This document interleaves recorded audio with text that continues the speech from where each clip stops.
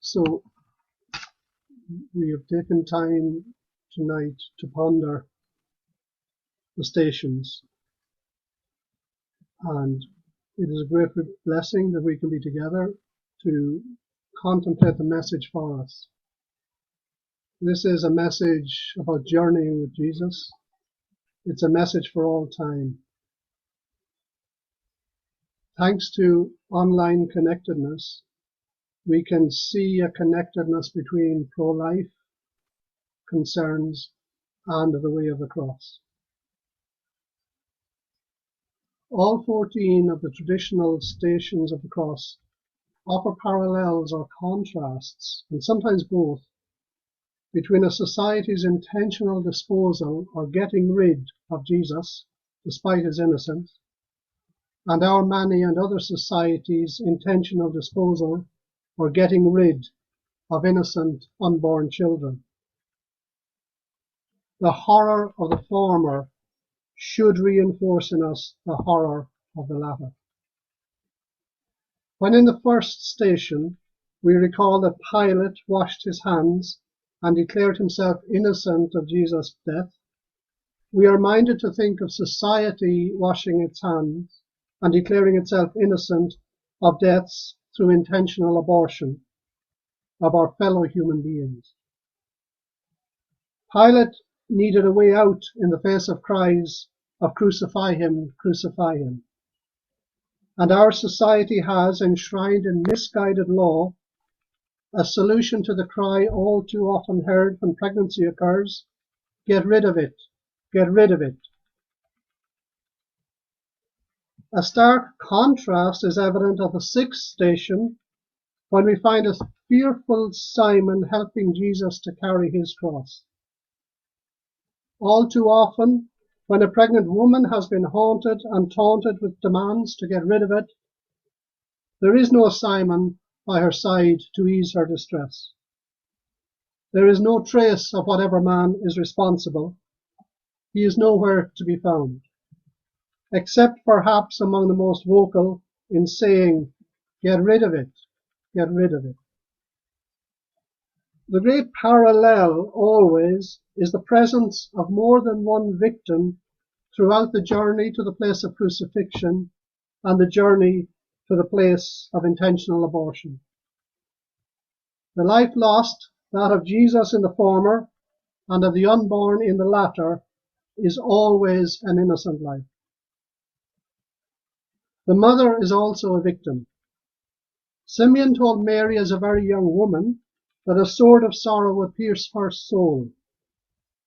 Almost nobody tells the woman today who is a mother what sorrow and guilt may lie in wait as she contemplates abortion. Compassionate Mother Mary, we know you love and pray for these women. Their plight is known to you. Help us to appreciate their plight, to love them as you and Jesus love them.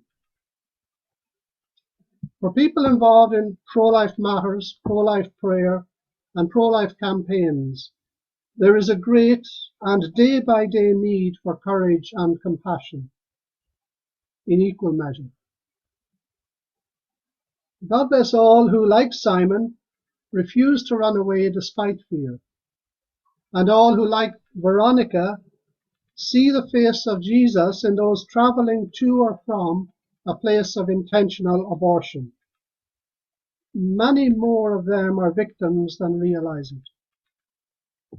God bless all that is being done to promote the dignity of human life at all stages.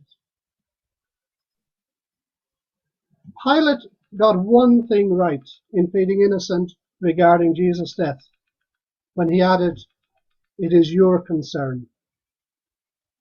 The deaths of innocent victims today, whether through intentional abortion, covert euthanasia, or other means that violate the right to life and the dignity of all, is indeed our concern. And that concern must extend to all victims, activists, bystanders, promoters, and colluders included. All victims, caught up in processes that not only kill, but like in the stations, also strip humans, as Jesus was stripped, of their dignity. There are no winners in this.